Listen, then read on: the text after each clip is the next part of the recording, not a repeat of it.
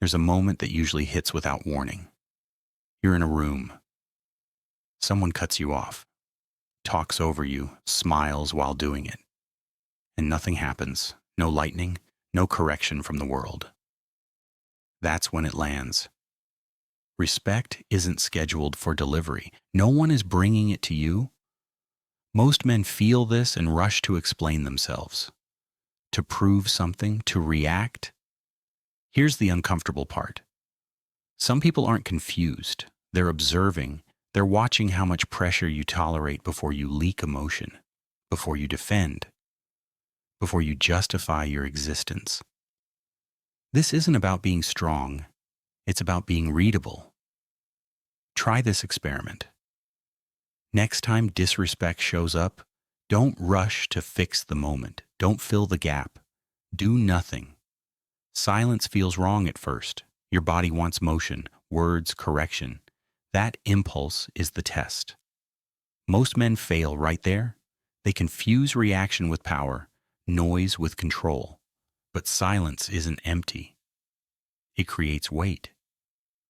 When you don't respond, something strange happens. The other person starts working. They replay what they said. They search your face. They wonder if they crossed a line they can't uncross. They expected resistance. They trained for your anger. They didn't prepare for your stillness. This isn't withdrawal, it's positioning. There's a difference between comfort and control, between feeding the moment and starving it. Silence takes nothing from you. Reaction costs everything. And here's the part most people don't like to hear. If someone disrespects you often, it's not because they're bold, it's because past versions of you trained them, not with words, with predictable reactions. Change the pattern and the environment shifts, not instantly, but visibly. This isn't about winning the exchange, it's about changing the rules of the game.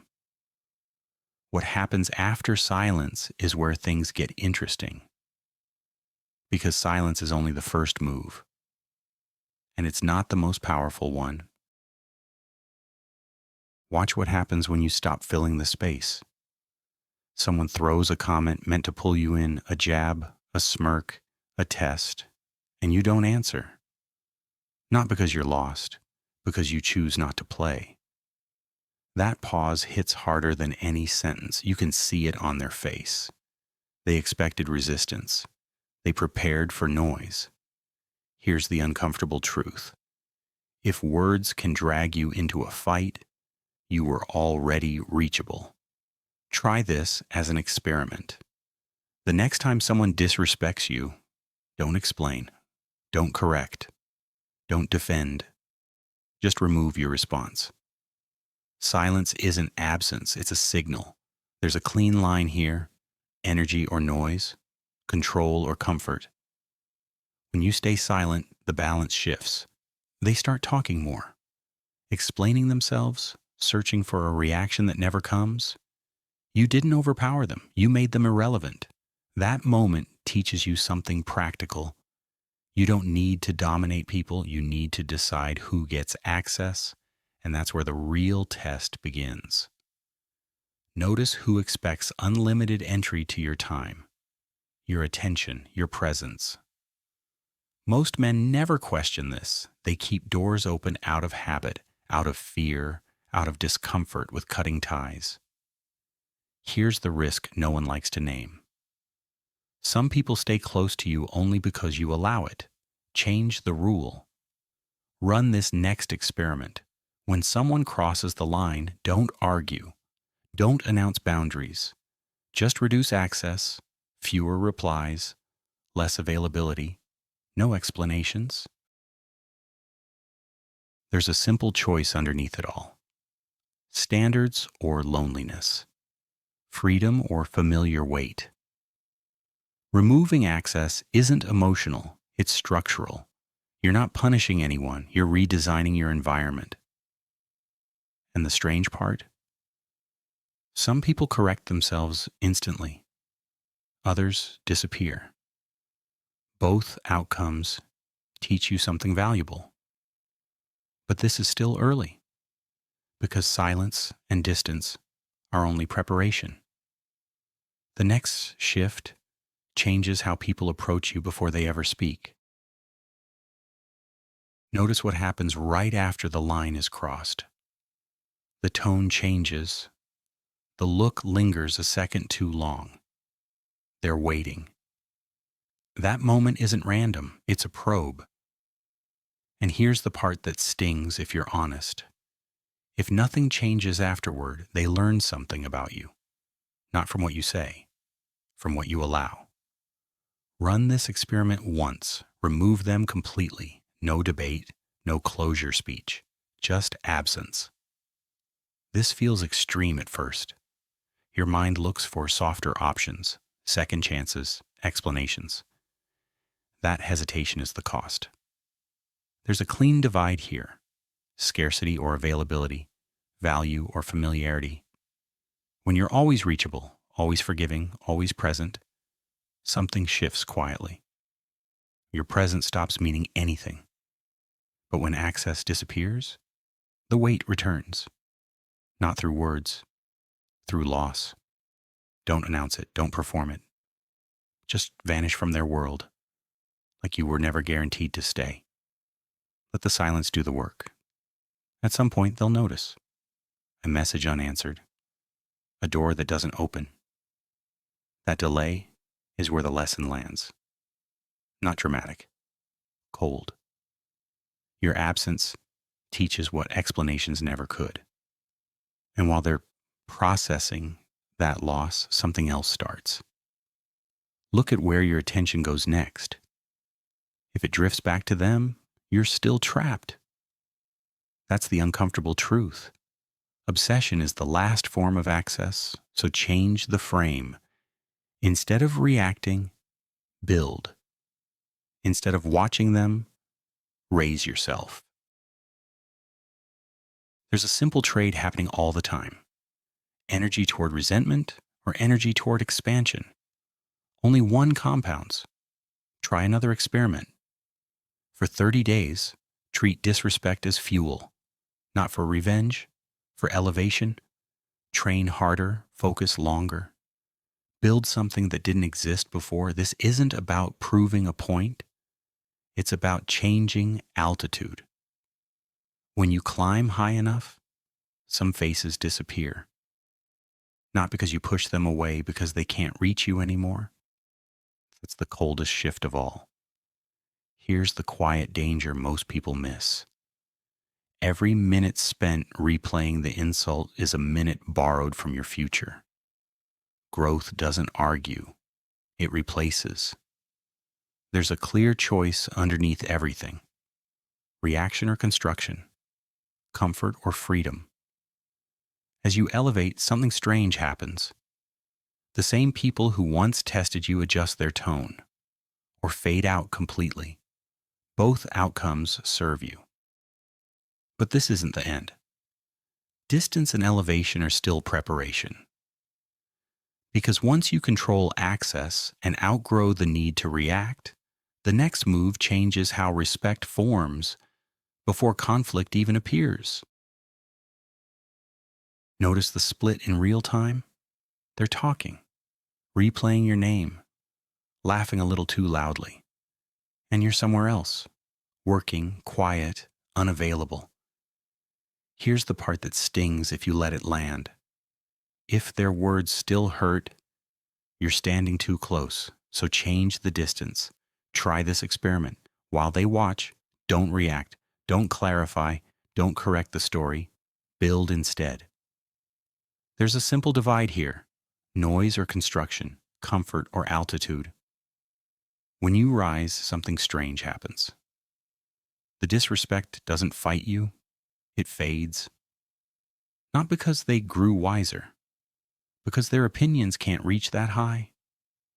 At a certain level, criticism sounds like static.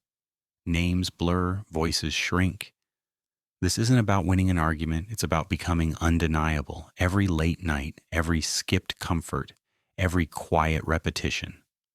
Let it all serve one cold promise. You will not stay where they expected you to remain. And here's the quiet power most people miss. You won't need to explain the outcome. Success doesn't argue, it appears. One day they'll see your name somewhere unexpected. A result they didn't predict, a position they can't comment on. That recognition hits harder than any comeback, but elevation is only half the strategy. Watch what happens when you stop interfering, when you don't expose, when you don't rush to reveal flaws. This takes restraint, and that's the risk. Most people attack too early. They want justice now, relief now. Run a different test. Step back. Observe. People who disrespect others tend to move fast. They talk too much. They overreach. They leave traces everywhere. Give them time. There's a clear choice underneath it all: immediate release or long-term leverage. When you don't strike, patterns emerge, contradictions stack, reputations crack on their own. You're not the one ending them. You're just no longer blocking the fall. That's the uncomfortable truth. Silence doesn't just protect you, it exposes them. And this is still early.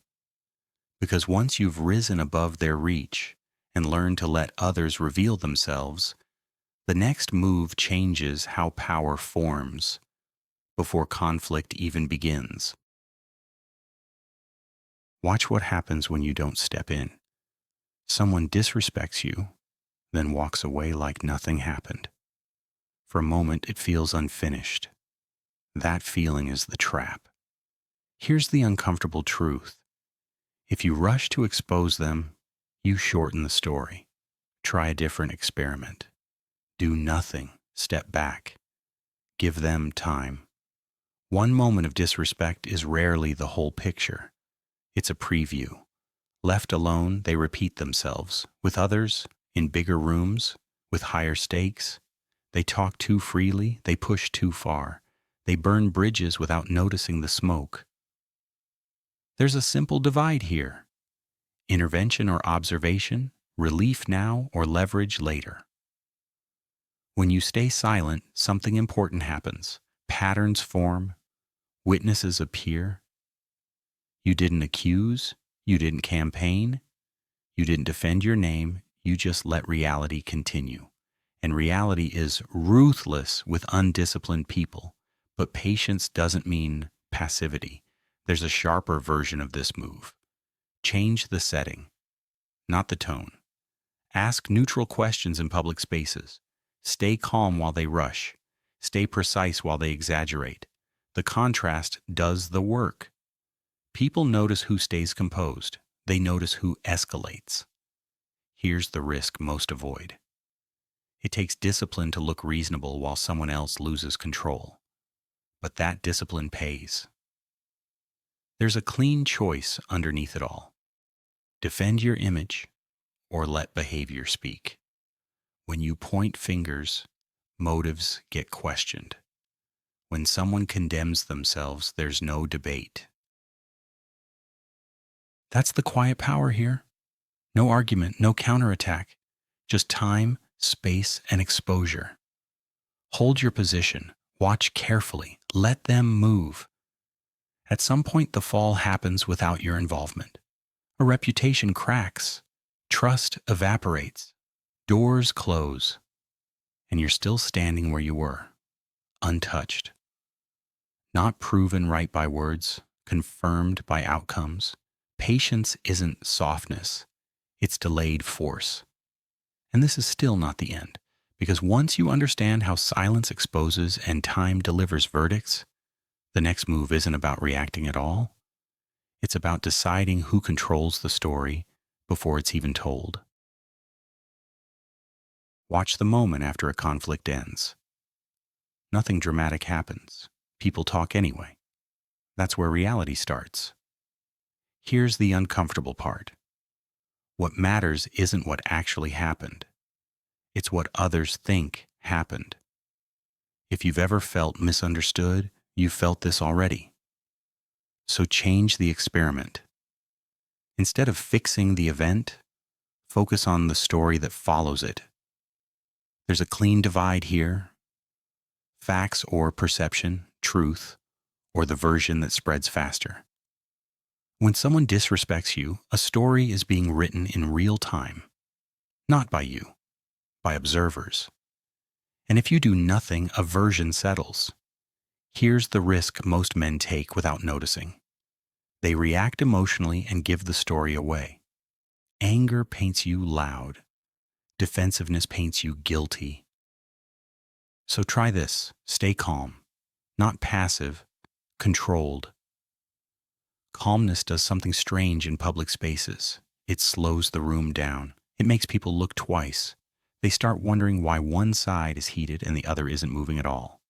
That pause matters. Now shift again. Don't speak to everyone. Speak to almost no one. Just the right ears, at the right time. Not to complain, not to argue, just enough context for perspective to exist. A few neutral words can tilt an entire room. There's a simple choice underneath it all: broadcast emotion or plant understanding. While they repeat themselves, do something else. Show up early, deliver clean work. Act steady. People trust patterns more than speeches. When behavior contradicts gossip, doubt enters quietly, and doubt spreads faster than defense. This is the part most miss. You don't need to attack the narrative. You let it collapse under its own weight. Because when what people see doesn't match what they hear, they stop listening. That's practical power.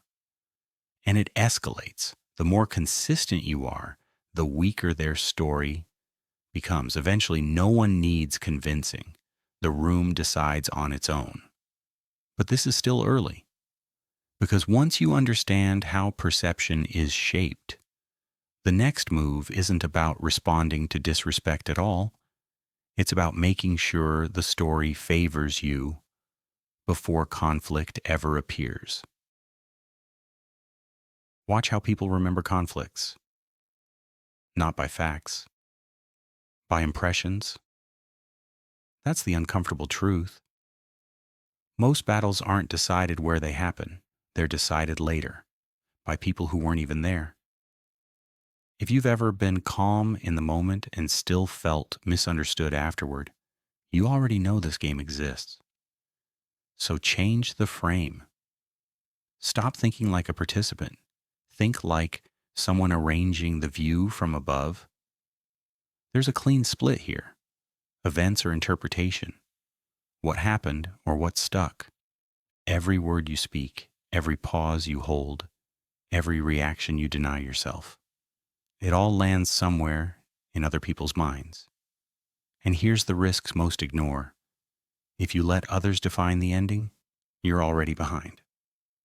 Try this experiment. Act as if the room is watching, even when it's silent. Move slower, speak less. Choose moments instead of impulses. Composure does something subtle. It frames you as solid, stable, hard to shake. While someone else looks busy proving a point, you look like someone who doesn't need to. That contrast rewrites memory. There's a simple choice underneath it. Control perception or explain yourself forever. But silence and posture aren't always enough. Sometimes the pressure keeps building. And that's where the next shift begins. There are moments when not responding starts to feel like surrender. When distance feels incomplete. That instinct isn't wrong, it's just early. When action is required, it's never loud. The real strike isn't physical. It's reputational. Here's the cold reality. You can lose money and recover, lose position and return. But once trust evaporates, doors don't reopen. When someone disrespects you publicly, they're making a bet that their name will survive the comparison. Your task isn't revenge, it's consequence, not through gossip, not through whispers. That's noise. And noise always exposes the one who spreads it. Strategic damage looks different. It's clean, documented, visible. You let patterns speak. You let inconsistencies surface. You let others connect the dots themselves. There's a sharp divide here: emotion or leverage, immediate relief or lasting impact. When reputation cracks, it doesn't shatter loudly, it weakens quietly. Opportunities dry up, support thins, and no one needs to point a finger. That's the dangerous part. Because when people lose faith on their own, there's no appeal. This isn't cruelty. It's understanding where power actually lives. And this is still not the final move. Because once you know how stories are shaped and reputations are eroded, the next step isn't reaction at all. It's deciding when not to strike and when to end the game entirely. Watch how rooms react to contrast. Two people enter, one steady, one restless. No speeches, no confrontation. And yet something becomes obvious. Here's the uncomfortable truth. You don't expose people by attacking them. You expose them by standing next to them. So shift the experiment. Stop trying to prove anything. Start behaving in a way that makes comparison unavoidable. There's a simple divide here: conduct or chaos, substance or noise. When you move with consistency, their inconsistency starts showing on its own. When you keep your word, their excuses get louder. When you stay composed, their small moves feel smaller. You don't accuse, you reflect. That reflection is brutal. But this is only the surface layer. Look wider. No one exists alone. The person who disrespected you depends on a circle: friends, allies, people whose opinion matters to them. Here's where strategy replaces emotion. Don't confront the source. Change the environment around it. Try this. Build value where they seek validation. Be reliable where they are careless. Be calm where they are reactive. Not loudly, consistently. There's a clean choice underneath this move: direct conflict or indirect pressure. As time passes, something subtle starts happening. Questions appear, small doubts, a pause before their name is defended. You didn't whisper anything. You didn't plant stories. Your presence did the work. This part requires patience. And that's the risk most people won't take. They want speed. They want release. But slow pressure reshapes outcomes. Eventually, support thins, invitations slow, trust loosens, and when it happens, it feels to them like betrayal. Like the world shifted overnight. It didn't. It was movement without noise, precision without fingerprints. Here's the uncomfortable realization. They disrespected you because they misjudged you. They thought you were limited to reaction. Show them the cost of that mistake. Not with anger, not with force.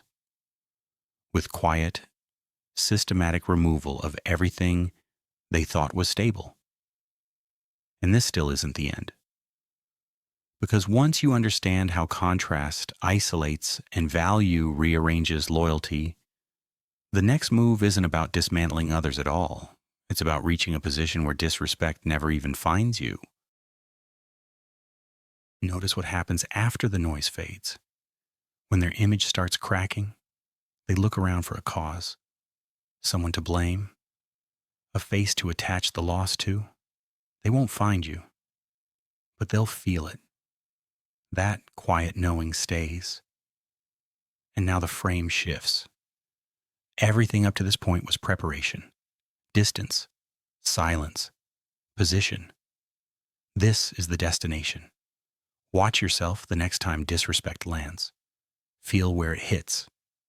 That sting has a source. Here's the uncomfortable truth. It hurts because some part of you still wants something from them. Respect, approval, recognition. As long as you need that, you're reachable. So run the final experiment. Stop needing.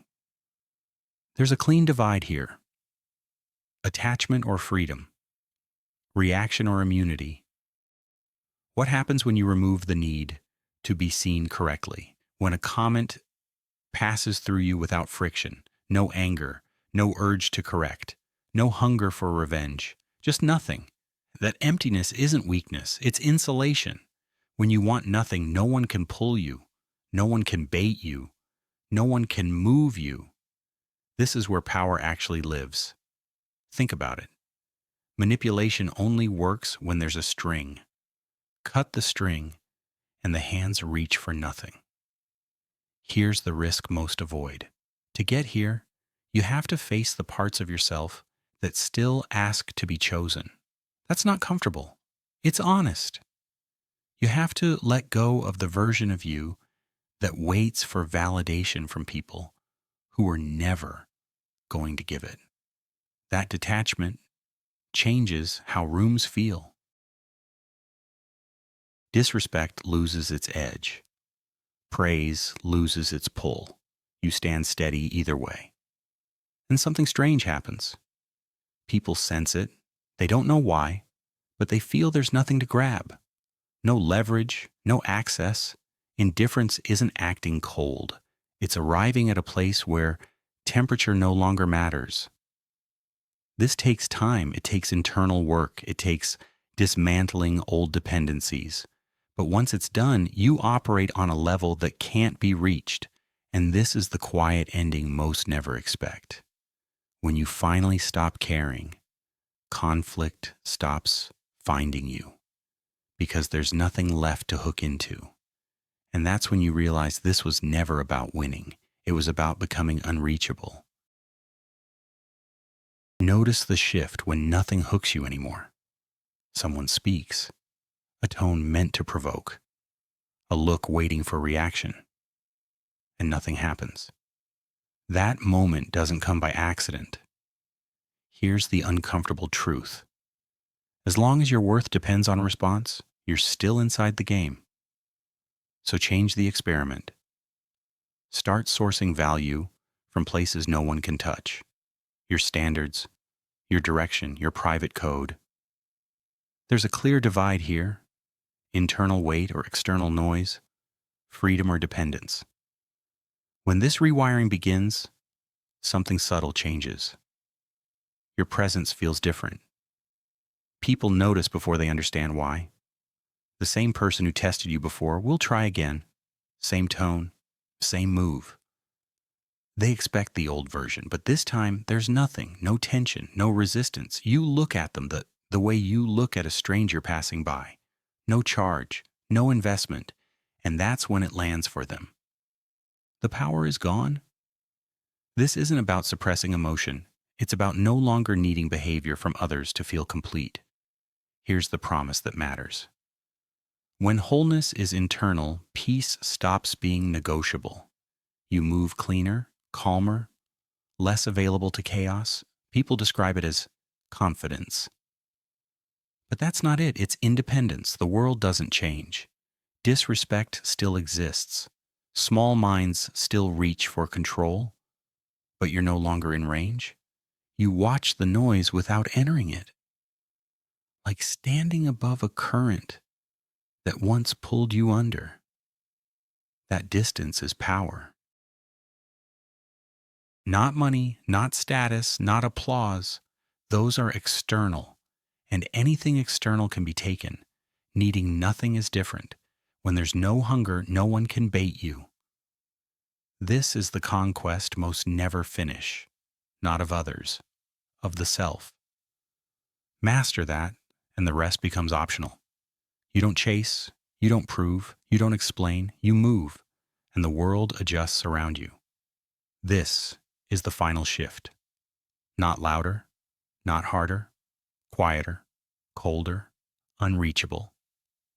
And here's the open question you have to answer alone. If nothing could disturb you, who would you become next?